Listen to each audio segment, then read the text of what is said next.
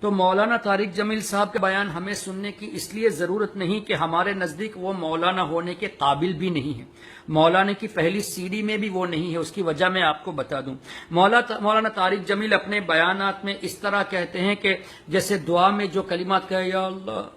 ہم تیرے آگے بھیک مانگتے ہیں، تیرے قدم پکڑتے ہیں، تیرے پیر پکڑتے ہیں یا اللہ، تو جو یہ مجھے یوں لگتا ہے جیسے اللہ زمین پر اتر آیا ہو اور ایک ایک کے کندھے پر کیا کر رہے ہو، کیا کر رہے ہو۔ جو شخص اللہ کے لیے پیر کو ثابت کرے، اللہ کا جسم ثابت کرے، وہ عالم ہی نہیں ہے بلکہ طالب علم بھی نہیں ہے۔ اور حضرت ابراہیم علیہ السلام کی بات آئی تو 80-90 سال کا بوڑھا ایک چھری کو ہلا نہ پکڑ نہ سکے، مرغی ذبح نہ کر سکے، وہ گیا بکرا ذبح کرنے کو گئے جب مرغی کو ذبح کرتے بھی ہاتھ کانپیں۔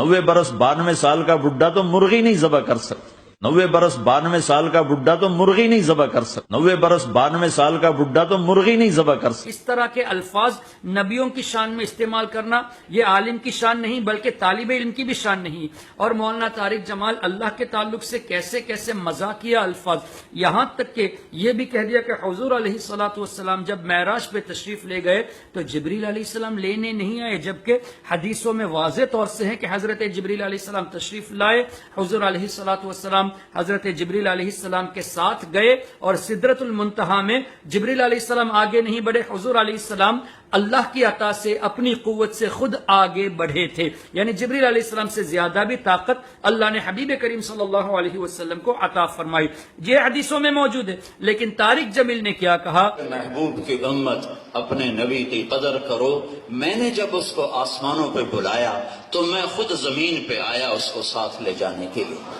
کہ حضور علیہ السلام کو لینے جبریل علیہ السلام نہیں آئے بلکہ اللہ خود زمین پہ تشریف لایا اور اللہ اپنے ساتھ لے گیا۔ جب اللہ کا دیدار